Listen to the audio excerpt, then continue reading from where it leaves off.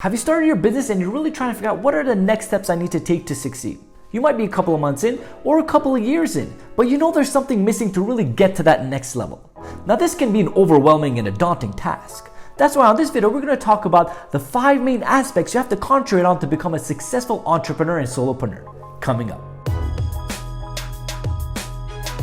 If you're new here, my name is Christopher Dedian. Welcome to my channel, the one-stop shop for peak performance, entrepreneurship, and personal growth. The first thing we have to look at is write your business plan. Now, it's crazy to see how many entrepreneurs go into their journey without writing their business plan. Your business plan is like your GPS. I don't care if you have the best car in the world. If you do not have a destination, all you're going to do is turn around in circles. So you have to figure out where you're going towards within this business. Now, with your business plan, there's 3 main things I'm going to invite you guys to look at. First is, what's your mission? Second is, what's your vision? And the third one is, who's your target market? Now, I'm taking in consideration that you know your product, you know the service that you're gonna render for these people, right?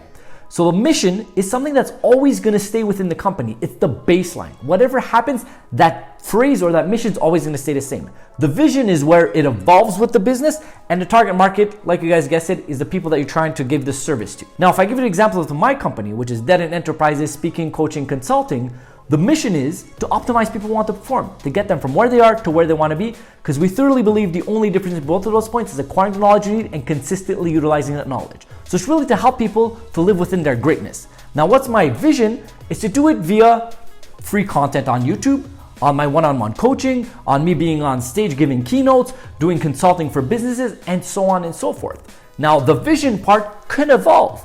Eventually, it could be like, hey, I have another thing, or I open a new online course, or whatever the case is.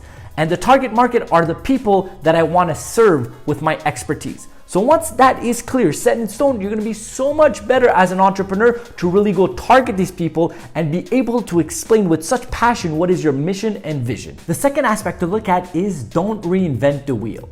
There's a very famous saying, success leaves clues, which is extremely important to look at. You have to go see who are the people that are succeeding within your industry, the people that you're looking up to, see what they're doing good and see what they're doing bad. Take it, switch it, make it your own. That's the reality. You don't have to restart everything from scratch. Even if you have something that's completely revolutionary, you still have to look at what is out there in the market and structure your business in some way to what's succeeding. Now, one way to go about this, which is extremely well and has helped me so much within my business, is go on business lunches. Take time with these people, rub shoulders with them, ask them questions. And another way to really cut the learning curve in half and go to a next level, I would suggest mentors and coaches. That's really something that's gonna help you out within your business. If you see there's some value within this video so far, don't hesitate at all to give me one of these, hit that subscribe button and turn on the bell notification so you can find out when our weekly videos come out. So the third thing we have to look at is sales. Now this is extremely important. ABC, right? Always be closing. Especially if you're starting off, you have to concentrate so much on your sales, because the reality of the matter is you could have the best product or the best service in the world, but if there's nobody in front of you to sell it and nobody's willing to buy it, then there's a problem here. Because you have to understand the money that's coming in is like oxygen for your business. Without that, you will die. And the honest truth is, if you are an entrepreneur but you're not selling anything, you're really not an entrepreneur. So really concentrate on the sales aspect, because that's extremely important for the longevity of your business. The fourth aspect to look at is understand the numbers. Now, I don't care if you say, hey, I'm not good with numbers, let me hire somebody, do this, do that. That's perfectly okay. But the baseline is you have to understand the numbers. What is coming in, what is going out? How much are you making? How much is going out every single month? If you do not understand that, you're just not gonna succeed as an entrepreneur that's gonna make essentially a successful business. Now, another part to this is understand the numbers on the aspect of it's a numbers game. You're probably selling something like previously mentioned, and you're gonna get a lot of no's. You're gonna get a lot of rejections, but understand every single no is getting you one step closer to a yes. So if you continue doing those reps, you are going to get that yes. And as you keep going forward, it's gonna get easier and easier. So there's a lot of numbers that has to do with being an entrepreneur. Understand it, figure out what's yours, and continue pushing forward. The fifth aspect to look at is hire freelancers or employees. Now, I wish somebody would have told me this in the beginning of my career, because as an entrepreneur or a solopreneur, you think that you have to do it all, but that's not true. As you keep on succeeding, you're gonna realize that you're gonna have so much more tasks to do.